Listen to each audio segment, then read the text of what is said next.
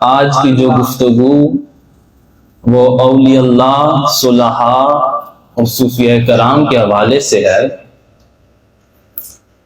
اور آج ان اولیاء اللہ کا ذکر اس لیے کر رہے ہیں کیونکہ یہ ہمارے گناہوں کا کفارہ کا سبب بنتا ہے۔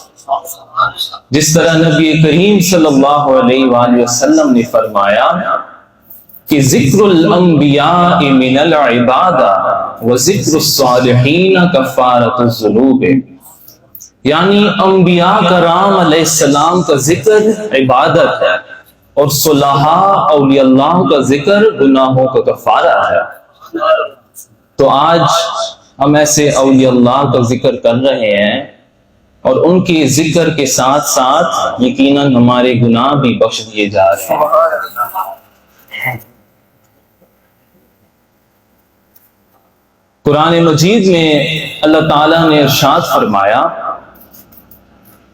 کہ وَاصْبِرْ نَفْسَكَ مَعَ الَّذِينَ يَدْعُونَ رَبَّهُمْ بِالْغَدَاةِ وَالْعَشِيِّ يُرِيدُونَ وَجْهَهُ، یعنی اے بندہ تو اپنی جان کو اس طرح جما کے رکھ، خوب اس طرح جما کر بیٹھا رہے کن لوگوں کی مجلس میں؟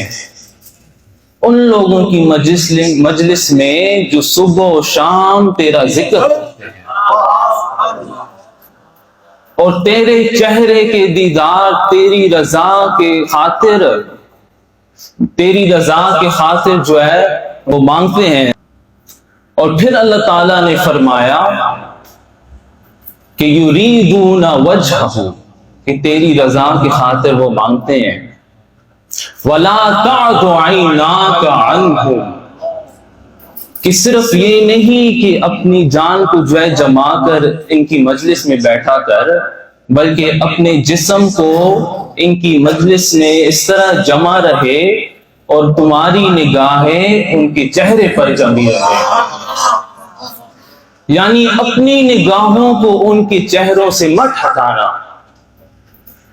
کیوں؟ تُرِيدُ زِينَةَ الْحَيَاةِ الدُّنْيَا، کہ اگر تو نے اپنی نگاہوں کو ان کے چہرے سے ہٹایا تو پھر دنیا کی زینت میں پھنس جاؤ گے۔ اور اس آیت کے اگر ہم دونوں حصوں کو سمجھتے ہیں تو اس کا خلاصہ یہی ہے کہ بس ان کو دیکھیں تو دنیا کی زینت سے بچتے جاؤ گے۔ اے دوستان محترم، صلحاء کی جو مجلس ہوتی ہے اس میں بہت سے فائدے ہوتے ہیں۔ اس صلحاء کی مجلس میں بیٹھنے سے اللہ کی رحمت کا نزول ہوتا ہے۔ صلحاء کی مجلس میں بیٹھنے سے تیرے دل میں جو غفلت ہے وہ ختم ہو جاتی ہے۔ صلحاء کی مجلس میں بیٹھنے سے مردہ دل زندہ ہو جاتا ہے۔ اور یہ ایک اہم نقطہ کہ صلحاء کی مجلس میں بیٹھنے سے ہمیں جو ہے ادب سکھایا جاتا ہے۔ امام احمد بن حنبل رحمۃ اللہ علیہ تکیہ لگا کر لیٹے ہوئے تھے، علالت تھی اور بہت سخت تھکے ہوئے تھے، اور ساتھ ہی معاشرے کے جو بزرگان دین، بزرگیں اور جوان اور عوام وغیرہ اکٹھے ہوئے تھے، اسی طرح مجلس ہو رہی تھی۔ تو وہ جو بزرگ ہیں وہ کچھ گفتگو کر رہے تھے، اور ان کی گفتگو کے دوران انہوں نے اس دور کے ایسے کوئی اللہ کے ولی کا ذکر کیا، اور وہ بھی امام احمد بن حنبل کی مجلس میں۔ تو جیسے ہی اس اولیاء اللہ کا ذکر کیا، اس کا نام لیتے ہی امام احمد بن حنبل نے تکیہ کو چھوڑا اور اس طرح سیدھا بیٹھ گئے تھے۔ تو لوگ حیران ہو گئے، اتنی علالت تھی، اس طرح بیٹھنا تو مشکل تھا۔ تو پوچھی کہ حضرت کیا وجہ تھی؟ تو فرمایا کہ یہ بے ادبی ہے کہ اگر کوئی اللہ کا ولی کا نام بھی کسی مجلس میں لیا جائے تو اس کو کوئی ٹیک لگا کے یا تکیہ لگا کے اس کو سنے۔ اللہ اکبر۔ ایک بندہ تھا، صبح و شام رب کا ذکر کرتا تھا، دن رات چاہے گھر میں ہو باہر کھیتوں میں، پوری زندگی اس کی اللہ کی ذکر کرتے ہوئے میں گزری۔ تو ایک رات بارات وہاں سے چل رہی تھی، اس کو راستہ بھول گیا تھا۔ اس بارات نے جو ہے نا احمد پور سیال جانا تھا، تو اس نے کہا کہ یہاں کسی اللہ کے بندے کی آواز آ رہی ہے، وہ اللہ کا ذکر کر رہا ہے، یہاں چلتے ہیں، ان سے پوچھتے ہیں کہ راستے کے بارے میں پوچھ لیتے ہیں کہ احمد پور سیال کا راستہ کہاں ہے۔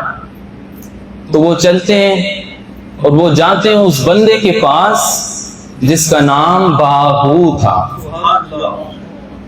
اور لفظ باہو جو ہے یہ فارسی کی ترکیب ہے، با کا مطلب ساتھ، ہو کا مطلب وہ، باہو یعنی اس کے ساتھ، ہاں تو وہ بندہ لیکن رہتا اس کے ساتھ۔ تو آ کے پوچھنے لگے کہ ہم نے جو ہے نا احمد پور سیال جانا ہے، تو اگر راستہ آتا ہے ہمیں بتا دیجیے گا۔ تو اس بندے نے کہا ٹھیک ہے، بارات کو میرے پیچھے لگا دو۔ تو بارات کو جب پیچھے لگایا تو 2 قدم چلے اور اچانک نظر اٹھائی تو گنبد خضرا تھا۔ اب وہ لوگ تھے بھی بارات والے، جو سامنے تھا اس کی جو ہے نا وہاں پہ کس کو دیکھنا تھا، انہوں نے تو دلہن کو جا کے لینا تھا، اس کی تلاش میں کہا گیا۔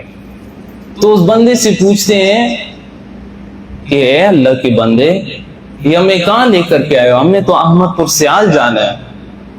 تو وہ بندہ کہتا ہے کہ میں تو بس ایک ہی احمد پور کو جانتا ہوں، کہ میں تو بس ایک ہی احمد پور کو جانتا ہوں۔ یہ جو اللہ والے ہوتے ہیں نا، یہ صرف ایک ہی احمد پور کو جانتے ہیں۔ تو دعا ہے کہ اللہ تعالیٰ ہم سب کو یہی ذکر اور اسی فکر پر استقامت نصیب فرمائے۔ وما علینا الا البلاغ المبین۔